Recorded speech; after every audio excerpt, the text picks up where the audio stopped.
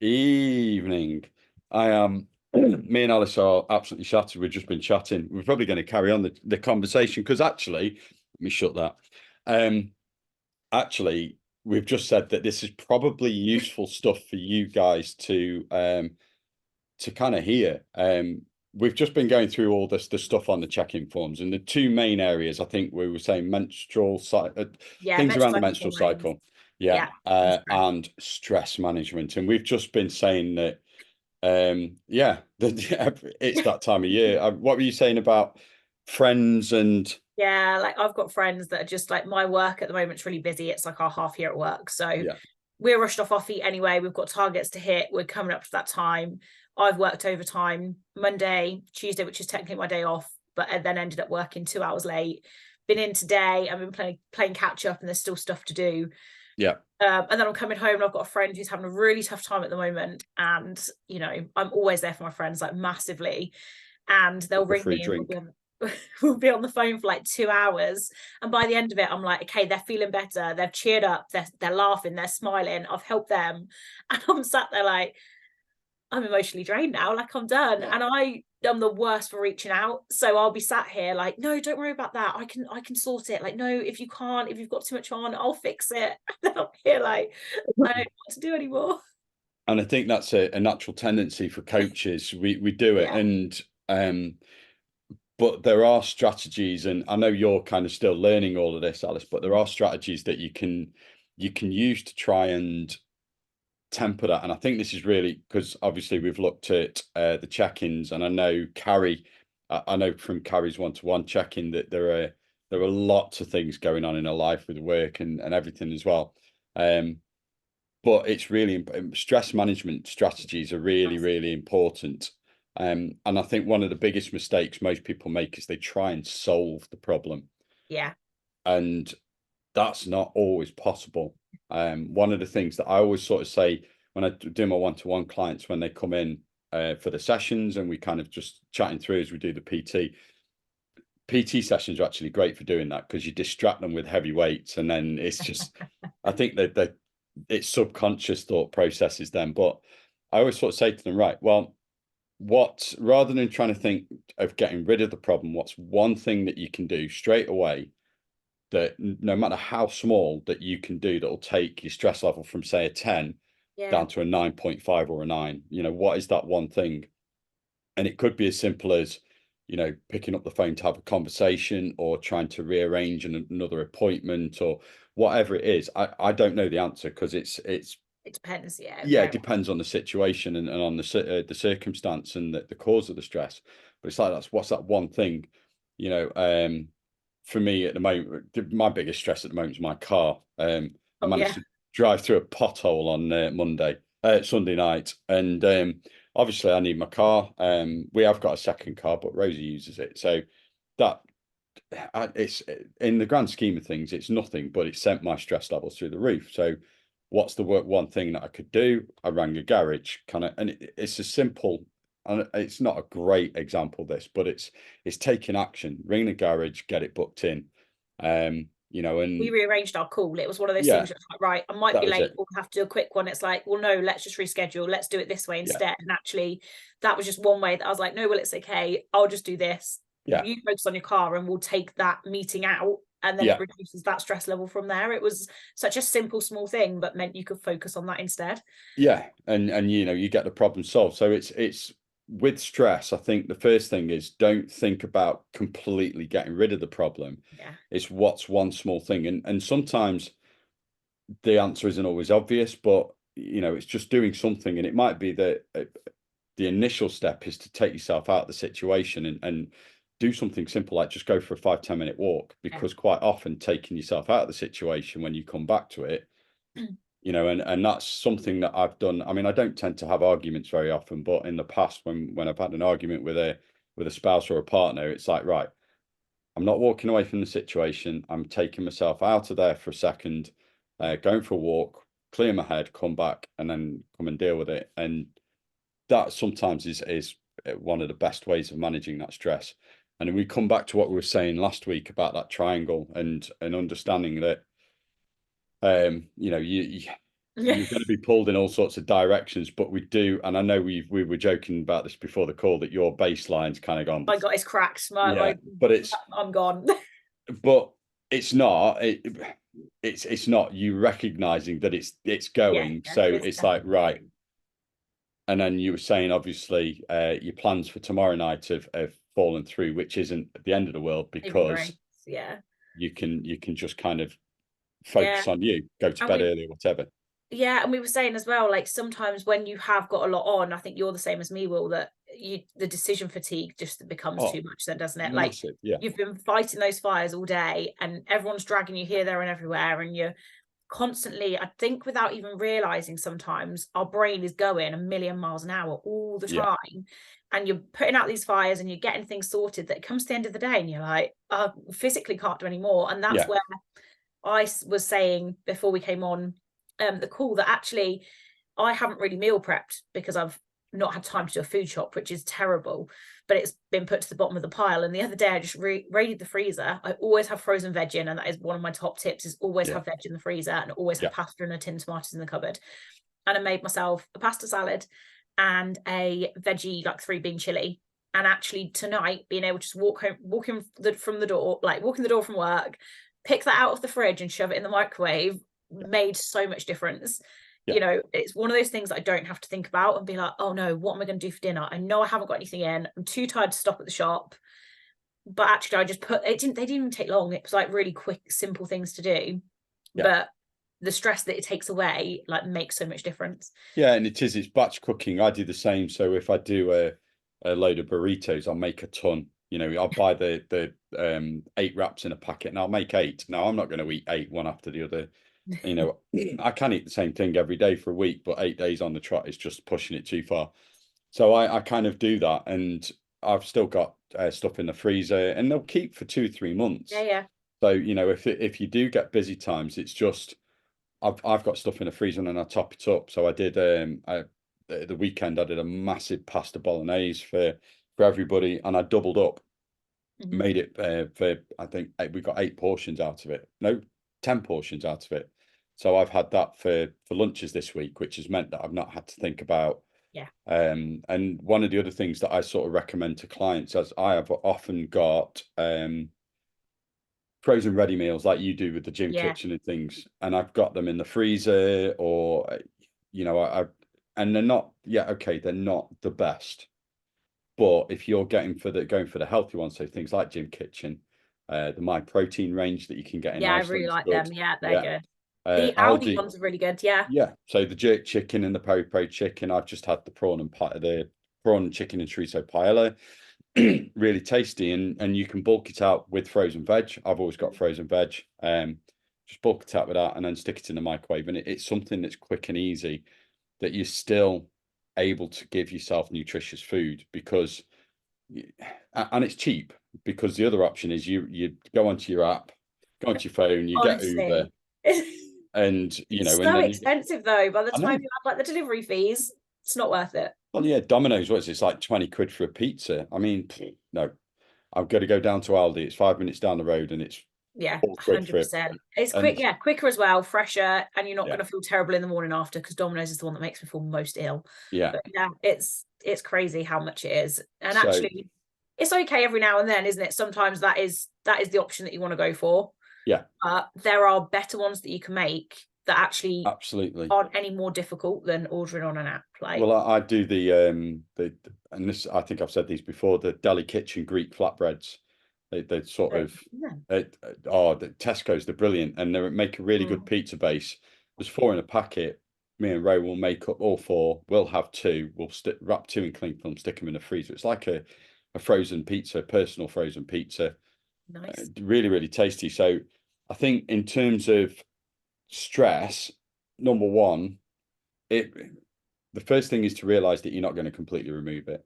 No. Not straight away. It's not an immediate thing. It's something that's going to take time.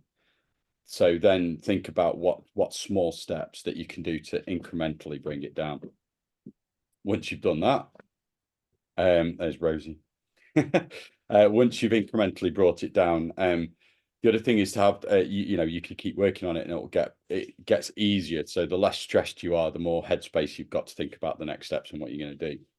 And then I think the other one is, like you said, just think about quick, easy things that you can sort of plan in advance. So don't think about meal prep. It's having those basics. So I'm the same as you. We've always got chopped tomatoes or passata in, frozen veg, pasta. That rice, yeah, all of those Yeah, things. you know, Yeah, and we've got like frozen chicken breasts and stuff that you yeah. can I take just out keep the freezer forgetting and to deep fry. defrost them. Yeah, I Yeah. keep forgetting. I need to get them out ready for tomorrow. No, I've got some for tomorrow, so I'm fine. I'll do it over Yeah. the weekend.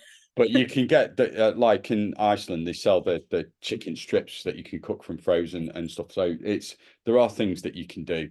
And just if you are cooking, batch cooking, make a bigger portion, freeze some, and there's always things that you can have as a fallback plan. So, and I think also to understand that it's normal to get stressed, and Yeah, you're not going to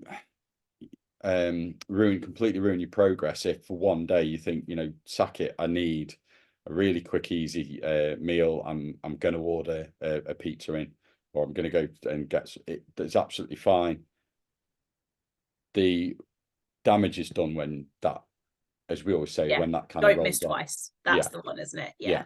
Yeah. And I think that's a tip I've been given quite a lot this week. So if you are, especially if you're eating out, which people are at the moment around Christmas, make sure you've got a good meal before and after, so that you're going to go straight back into your routine afterwards. Excuse me, I've got hiccups. Yeah. So and I think also understanding that stress at this time of year is normal, Yeah, like you're absolutely.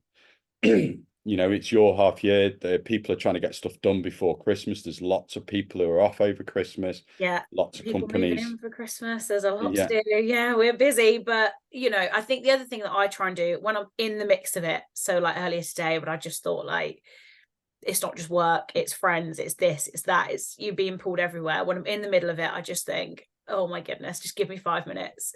But Yeah. I'll sit down later today and I'll just sit and I'll just write out in like journaling in a way, but it's more just I call it a brain dump. Everything that's in Yeah. my head, I get out onto paper.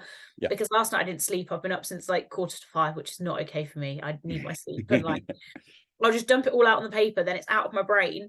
Yeah. And I'll sit and I'll read it and I'll be like, it's really not a massive problem at the end of the day. Like none of this is one, it's Yeah. not And important, and two, it's not urgent, and three, it's not the end of the world. Like no, nothing bad is going to happen if that thing has to wait, if that gets yeah. pushed back. And I'll then sleep better, I'll be able to deal with it better, and things will just slowly fix. And it's like you say, that whole thing of it's not all going to be fixed immediately, but if I No. can look at it, I can see the end. And that's a really good tip. It's something that my sister sort of gave to me a good few years ago when I was struggling with anxiety. She calls it a worry pad, and Mm, she'll write stuff down. So if she's got stuff churning, and I still do it every now and yeah, then, and I'll just write down. I've got it on my phone. I call it my to-do list. It's in my diary. Anything that I think of in the day, because I will forget, I'll put it in the to-do yeah, list. And then when it comes to a certain time, normally about 8:30 at night, I'll go through the to-do list. If there's anything in there that's urgent, I'll try and do it. So I kind of go, if I can do it in 2 minutes, I'll do it now. If it takes more than 5 minutes, I'll do it another time. I'll yeah. schedule it in. And then and then you rate it. Is it something you need to do? And I think I said last week, there's Oh four yeah, Ds. You know, there's do, delegate, defer, delete, and do something like that. So if it's important and urgent, do it. If it's important and not urgent, defer it. Okay, do it yourself, but defer it. If it's not important but urgent, then delegate it, give it to somebody else because they can do it. And if it's not important and not urgent, forget it. cut it off now. We don't need Yeah. it. No, If you still then need it in future, it will just come back onto the list. Like, but yeah, for now, if you can scrap it off, then do, because anything absolutely. you can take off your plate is always going to be a win. Yeah, absolutely. So yeah, yeah, I think that's the stress management stuff. I mean, there's always going to be things on that. And I Yeah, think, obviously, guys, if you listen back to this and you think that's really useful, but what about this situation? Let us know. yeah, We're not experts, but there are certain things I know, there are certain things when it comes to stress, having that extra voice, that outside opinion can sometimes just yeah, help. definitely. And one of the things that I always sort of say to clients who are stressed, I'll say, right, do you know what you need to do? And they're like, yeah, I know what I need to do, but I just can't do it. It's like, well, why? Why can't you do it? What's stopping you? And then it's unpicking the barriers. And so ask yourself, do you know what you need to do? If you do, why aren't you doing it? So what's stopping you? And then address those barriers and go through there. And then the other one we're looking at was hormones and the menstrual cycle, which is just, I mean, that you could spend hours talking about, but we probably could. Well, there'll be more bits coming in the new year. I'd say on that one massively, but I think that can also link in with stress, like massively. Like I know for myself, like at different points in my cycle, I'll feel more stressed, and it is how for us females, your hormones are constantly changing, like through the month. So much, you know, the female body is incredible for what it does. Like, you know, we are amazing. And I think as much as you can sit there and be like, bloody hormones, what they've done again, actually, it's incredible. But it does make our lives a little bit more difficult. And I do think they're linking quite close together, to be honest. I mean, it was fascinating at the nutrition talk because obviously I've got a science background. I used to teach some of this in the biology lessons. So I've got probably a bit more knowledge than most men. But even my knowledge then is very limited. I'm a physics specialist with also chemistry in there as well. But biology was probably my weakest one. But it's amazing how the female sort of body works, and the fact that I think also that you've got to realize that you're kind of painted this picture that everybody cycles the same, which we know is not true. And then for an individual woman, one cycle can differ to the next. It's not the same. It's not 28 days. It can be anywhere between 21 and 35 days on average, sometimes even longer. It can change in length. So you might have a 28-day cycle, then go to a 29 or 32-day cycle. The hormones fluctuate, and they can be impacted by lots and lots of different things, nutritionally, physically, you know, what's going on around you as well. So your stress hormones, cortisol, adrenaline, they can affect how your body then expresses the hormones that control your cycle, so progesterone and estrogen. And then those hormones themselves can then have an impact on your appetite, the food you crave, water retention, all of these things. And it is mad. I'm thankful I'm a bloke. And I say this a lot to my clients. Jealous. I must have been good in a previous life, is all I can say. But it's something that I think if you understand that this is going to affect how your body responds and is going to affect the number on the scale.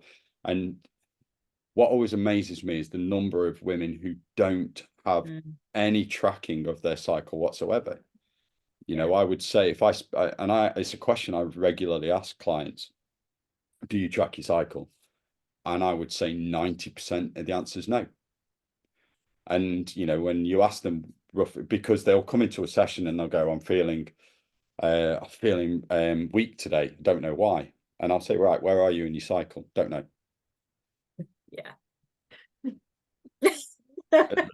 I've got Rosie laughing at you. Rosie's laughing at me. But she's she just said the same. She doesn't know, you know, and so most people don't. And you kind of say, well, when was your last period? I mean, it's a question that a lot of my fellow PTs look at me. Are you really talking about this? But it's a genuine question, and you know, and it's like, well, when was your last period?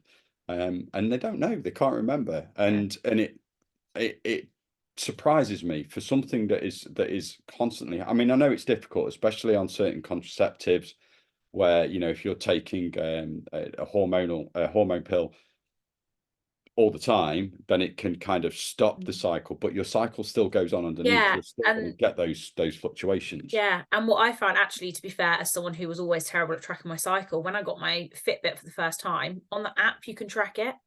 And it starts to learn. So after I tracked like a couple, like 2, 3, it started to learn like my cycle.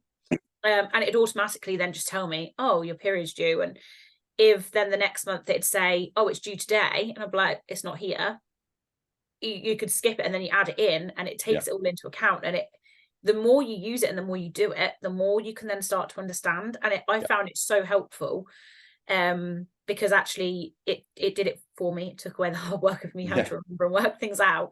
And like, you can track your symptoms on there. So I would use it massively, especially if I was like, right, what's going on at the moment? Let's look at this a bit more closely. And once you understand your body more, it again can make things easier to manage, because you're like, oh, of course that's why that's happening, because this always happens this time of my cycle. Like, not, I would say time of the month, but it's not always a month, like you say. But yeah, you start to notice patterns with it massively. I mean, the WhatsApp group that we've got with my one-to-one clients, and that was a topic of conversation. Was it today or yesterday? I haven't, I'll be honest, I've not been able to look today. So I think it might have been this morning, but they were just one of the members in that just said, does anybody else get the back pain, or does anybody else get DOMS? And one of the things that was interesting at the course that we went on to was it doesn't actually physically affect you in terms of your physical performance. So that's a bit of it. And that was a bit of a shock, because you could actually hear this kind of sort of what do you mean you're lying? And before anyone comes for them, it was a woman that said it, who's done a lot of research, is very educated in the area, and very, very educated. The research that she was putting out, that she's, it's research she's done herself, and it's amazing to see that a lot of it really gets in your head, doesn't it? And although you're not physically weaker, you may feel more tired, you may feel more stressed, all of those things that actually then you're just like, oh, I can't lift the same. You can. She was saying it's not that it doesn't impact you, it's that the way she put it, it's like, it is in your head, but that doesn't mean to say that it's not a real kind of so if you are feeling a bit grotty, or you're feeling bloated, pain, that is going to have that knock-on effect, and it is going to impact you. But actually physically, it doesn't affect your strength in the gym. For example, it doesn't affect your ability to go and do things. You might feel tired because you're not slept as well. That's the way it impacts on you. It's not actually making you weaker or whatever. It is just the fact that if you're not feeling great, you might not sleep great, you might not be eating the best, because the hormones, that little slide on the cravings, nothing chocolate compares to chocolate. And like, if you've got really bad stomach cramps, you're not going to want, I remember years ago, mine would be so bad that you could feel like the cramping, every cramp would make me gag, like I was going to be sick, like it was horrific. So obviously, no, physically I wasn't weaker, but I was in that much pain that the thought of going to the gym and lifting the same weights would not have, that was the last thing on my mind. Like, on those days I just wanted to curl up in a ball and not move. And and then because of that, because you're not feeling great, then what you are automatically going to want is you're going to be looking at and craving things that give you comfort, that give you that dopamine and serotonin hit. Chocolate gives you an almost instant hit of serotonin and dopamine. It does. That's a scientific fact. And that's why we crave it. It's also high calorie, it's also high in fat, and it's got that sugar, it's sweet sort of impact there. So it is almost the perfect craving food. And that's why a lot of women do crave chocolate during menstruation. And what we would say is that if you're craving it, give yourself a bit of that chocolate. And it's if you say, well, I can't control myself around it, don't buy, like we said before, don't buy a 200-gram bar of Galaxy. Buy a single bar, something that you can have, but then that's going to automatically control how much you're consuming. The other ones I get is like the multi-pack of Freddos, because I feel like a Freddo is really thick dairy milk chocolate, but they're only really small. So one Freddo, I'm like, okay, that was really good chocolate. I'm okay now. Yeah, absolutely. And give that to yourself. The other thing with obviously during menstruation, your metabolic rate does actually increase. Now, it does change from woman to woman, and it depends on age, body size, and things like that. But generally, I would sort of say anywhere between 150 to 250 calories. So you've got two options. You either increase your calorie intake. So if you're in a deficit, increase your calorie intake by a couple of hundred, or just eat up to maintenance, right? So whatever your calorie range and target is, maybe add 500 calories for 3 or 4 days, you will still be in a deficit because your body is going to be burning more calories, but you're making life easier for yourself. And this goes back into kind of the stress management. You're removing that extra pressure on yourself. And I think actually that's something else. If you are stressed, perhaps perhaps a calorie deficit and Yeah. trying to lose fat might be a step too Isn't, far. So instead of focusing on fat loss, focus on putting good food into your body, because actually that is going to help you cope with stress and anxiety more than, if you're stressing about fat loss and then you're having chocolate and you think, oh God, I've ruined my diet. That's just going to add that extra pressure. So the other take that one's off the plate, the other one is like a lot of people, I know we've spoke about this before actually, because I think you were the same, and I remember I used to do it years ago in my old job. It'd be like, had a bad day, and we used to call it Wine Wednesday. We'd go to the pub and have a glass of wine, but actually alcohol isn't going to help you either if you're stressed. I think a lot of people think, oh, I'll unwind, have a glass of wine, and I joke about it a lot, but actually I know full well if I'm stressed, the last thing I need is alcohol, because it isn't going to help. It doesn't, and alcohol actually has a lot of negative impacts in terms of the stress and anxiety. It disrupts sleep, so even a small amount of alcohol is going to reduce the amount of REM sleep that you have. Yeah. So you feel less recovered, and you'll feel more tired the next day. That you have that kind of, you do get the blues as well. It's a depressant. It depresses the way that your brain will express certain chemical hormones and chemical signalers, and that is going to give you it can actually increase the feelings of anxiety in the morning. So using alcohol as a crutch is one of those things. Oh, it's short lived. It's that in that moment, and then afterwards it's not great. So yeah, definitely not using. It's something that I used to do quite a lot.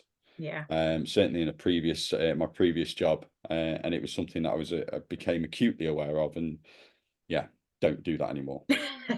Yeah, but I think it is that thing, I think a lot of people just think, oh, I'll have a glass of wine, I'll unwind after work with a And drink. it's an easy habit to fall into, because it reinforces. We talked, I mean, on one of the videos we talk about the how habits form. You've got a cue, a trigger, a response, and then a reward. And wine is the cue. Is stressful day, see a bottle of wine on the side, glass of wine to relax. Go for it. Yeah, and you do get that relaxation initially, so it reinforces it, but in the long term, it makes things worse. So it's a habit that you kind of have to think, well, let's replace it. What else can I do that will do that stress relief? It could be going for a walk, it could be going for a workout, it could be sitting in a bath with candles around you and just sitting and de-stressing. That'll be me tonight. Yeah, absolutely. Sticking yourself a nice film, funny film on or something like that, and reading whatever it is, journaling. And that's something that I want to, talking about journaling, that's something that I do want to bring into. We will. Yeah, absolutely. Because I think that's something that I've been doing it more. And I've been doing it more with some of my one-to-one clients. And actually it's something that is really, really beneficial. So yeah, the menstrual cycle side of things, I think the main thing is accept that the scale weight might go up, and it will go up by different amounts for different women as well. The chances are it is going to go up, and it'll go anywhere between 2 to 7 or even 8 pounds weight gain. It's not fat. Okay, I reiterate that it's not fat. Yeah. So 1 pound is 3,500 calories at least on top of your maintenance. So 7 pounds, that's a hell of a lot of extra food. So it's not fat, it's going to be water. It will come off. It's not something that will go instantly up and down. Unfortunately, it can go up quickly and it can take a little while to come down. But if you're consistent with your actions around your nutrition and your exercise, even underneath those fluctuations, you'll see the fat loss coming down. And that's something that I saw a really nice graphic, and it showed like the weight doing that, but then fat loss underneath was just, and if you are consistent, fat loss will be consistent. The weight might do that, but underneath the fat loss is consistent. So just trust in the process. It works. I've worked with hundreds of clients now over the last 6-7 years, and it is consistently working. it was really nice. I don't know if you read the message from Laura in the group. Like I said, I really haven't been able to read them today. Oh, so she's a client of mine, has been for 2 years, and Laura's a prime example of somebody who has learned to trust the process. Yeah, it's and taken a while. Yeah, but what she's understood is that the first 12 months she lost weight, not as much as she wanted, but she didn't waste the time. She started to learn that actually the first 12 months was putting in the groundwork, so she built up some really good habits. Yeah. And then in the last 12 months, it's clicked. And she's suddenly, I mean, a total weight loss now is 17 kilos, now nearly 3 stone. She put some before and after pictures. Like she's done amazing. And it's trusting herself, I think, for her has been the biggest thing. She can do this, and she worries a lot, but she's incredible, Laura. Yeah, she's done really, really well. And in that, this is somebody who hated the thought of going to the gym.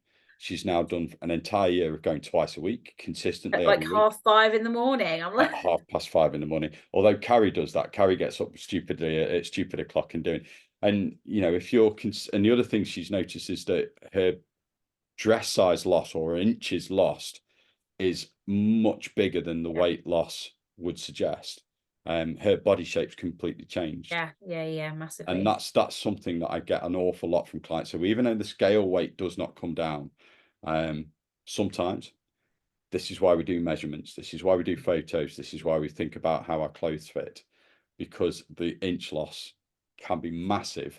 And I always remember a story. A client I coached Catherine. She was a bridesmaid, came to me for weight loss for a bridesmaid's dress. She needed to lose 2 dress sizes, which she did. But she lost, I think it was less than 3 kilos. So it's about 6 pounds. That was it. But she lost 2 dress sizes. Now, most people sort of say 1.5 stone is a dress size. Not in Catherine's case.